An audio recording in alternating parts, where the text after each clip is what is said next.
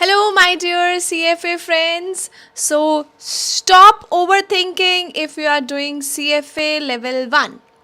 I am here, your coach, CA Naiya Sachdeva, and I am going to guide you today what not to do and what to do for your CFA. So, I tell you that doing the CFA, what actually matters is not about mugging up, it's about understanding the concepts.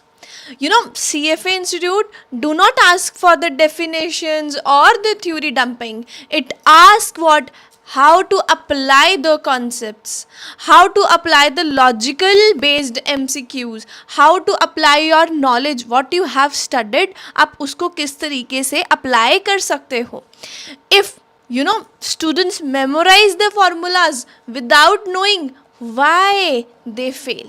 The subject like fixed income, that उसमें आपको obviously formula रटने का नहीं है, उसमें आपको knowledge application लगानी ही पड़ेगी. Similarly if you need to pass the CFA ना, तो आपको एथिक्स के ऊपर, FRA के ऊपर, इक्विटी के ऊपर, फिक्स्ड इनकम के ऊपर CFA लेवल 1 एटलीस्ट उसमें आपको बहुत फोकस करके चलना पड़ता है. मैम ऑल्टरनेटिव इन्वेस्टमेंट सब्जेक्ट तो हमारा फेवरेट है, तो उसका क्या करें? उससे भी कवरेज तो है, 6 to 8% तो आपकी कवरेज उसमें होगी ही होगी.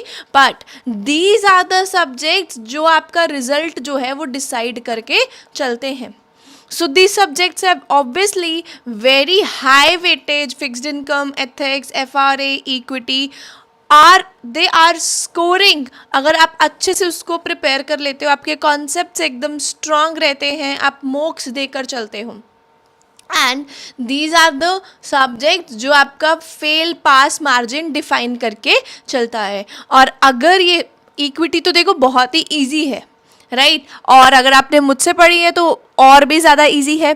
Fixed income also, right. So if you mess up these smaller subject cannot save you, like obviously as you know corporate, as you know your alternative investment portfolio.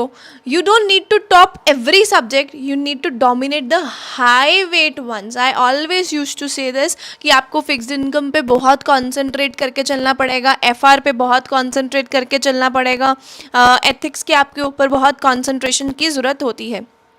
आपको obviously 100% syllabus coverage करने की ज़रूरत नहीं है, आपको smart coverage करने की ज़रूरत है.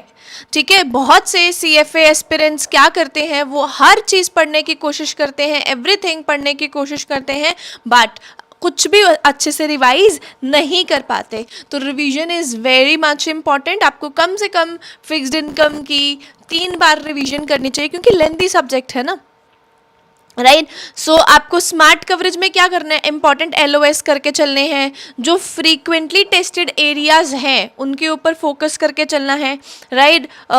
स्ट्रॉन्ग अपने बेसिक्स एकदम स्ट्रॉन्ग होने चाहिए ताकि आप अटेम्प्ट कर सको. And even though I want कि आप जब CFA लेवल 2 पे जाओ, है ना, तो आपको लेवल 1 अच्छे से आना चाहिए, तभी आप लेवल 2 की तरफ पे जा सकते हो. So CFA is not about completing the syllabus, it's about always and always completing it very smartly and strictly.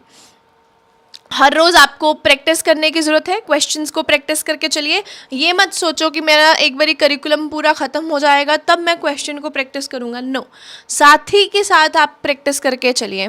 अगर आप लेक्चर्स को देख रहे हो तो it doesn't mean that you are learning. Real learning कहाँ से आती है, जब आप बहुत सारे क्वेश्चन सॉल्व करते हो. हमने आपको क्वेश्चन बुकलेट दी हुई है, उसको सॉल्व करिए. आप मिस्टेक्स करते हो, उसको सुधारिए. आप CFA स्टाइल लॉजिक देखिए और उस आंसर को अटेम्प्ट करके चलिए. डेली क्वेश्चन अटेम्प्ट करें सो दैट आप अपने ब्रेन को ट्रेन कर सके फॉर द एग्जामिनेशन पर्पस. अगर आप नहीं क्वेश्चन सॉल्व कर रहे हैं, if you are not solving the questions daily, you are not preparing for the CFA, you are just watching videos. तो आपको देखना है कि आप मोक एनालिसिस करो, यानी कि ये मत देखो कि कितने नंबर ऑफ मोक्स आपको दे के चलने हैं, राइट. अगर आपने 10 मोक भी दिए बट कोई एनालिसिस नहीं किया तो that is going to be waste. अगर आपने 3 मोक भी दे दिए और with the deep analysis, that is a prime superior चीज़ आपने बहुत अच्छे से आप प्रिपरेशन कर ली. मॉक एनालिसिस ऑब्वियसली आपके वीक एरियाज को असेस करते हैं and it improves your accuracy. अपनी सिली मिस्टेक्स के ऊपर वर्क करने का टाइम आ चुका है, राइट, बिकॉज फेबररी है और अभी भी बहुत से बच्चों के एग्जाम्स हैं CFA के. तो मॉक्स don't make you better, analysing the mock does. So obviously consistency is very important. Be consistent. अभी 15-16 दिन में बच्चों के एग्जाम्स हैं, राइट. तो CFA हमेशा नॉट द CFA कौन क्लियर करता है? Not the smartest student but the most consistent one.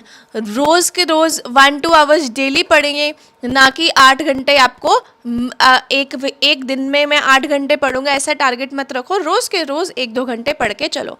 You don't need to be brilliant, you need to be very consistent. If you want structured CFA level 1 plan, you need to follow me and join my class. And for joining my class, you have to message at 9111 9565 and 95. Right. सो मैं इस line को हमेशा strong emotional line बोल के चलती हूँ, क्योंकि जब मैं CFA कर रही थी, जब मैं CA कर रही थी, तब मैं अपनी बुक्स के आगे हमेशा लिख के चलती थी फर्स्ट पेज पे, you don't need to be brilliant, you need to be consistent. So मैं हर बार जब भी मैं कॉपी खोलती थी, पन्ना देखती थी, तो मैं ये ज़रूर पढ़ती थी, you don't need to be brilliant, you need to be consistent. One day you will clear everything. अगर तुमसे नहीं होगा तो किससे होगा, right. So all the very best. Do your life के बेस्ट पेपर अटेम्प्ट करके आओ, ठीक है. चलिए, गुड बाय, टेक केयर.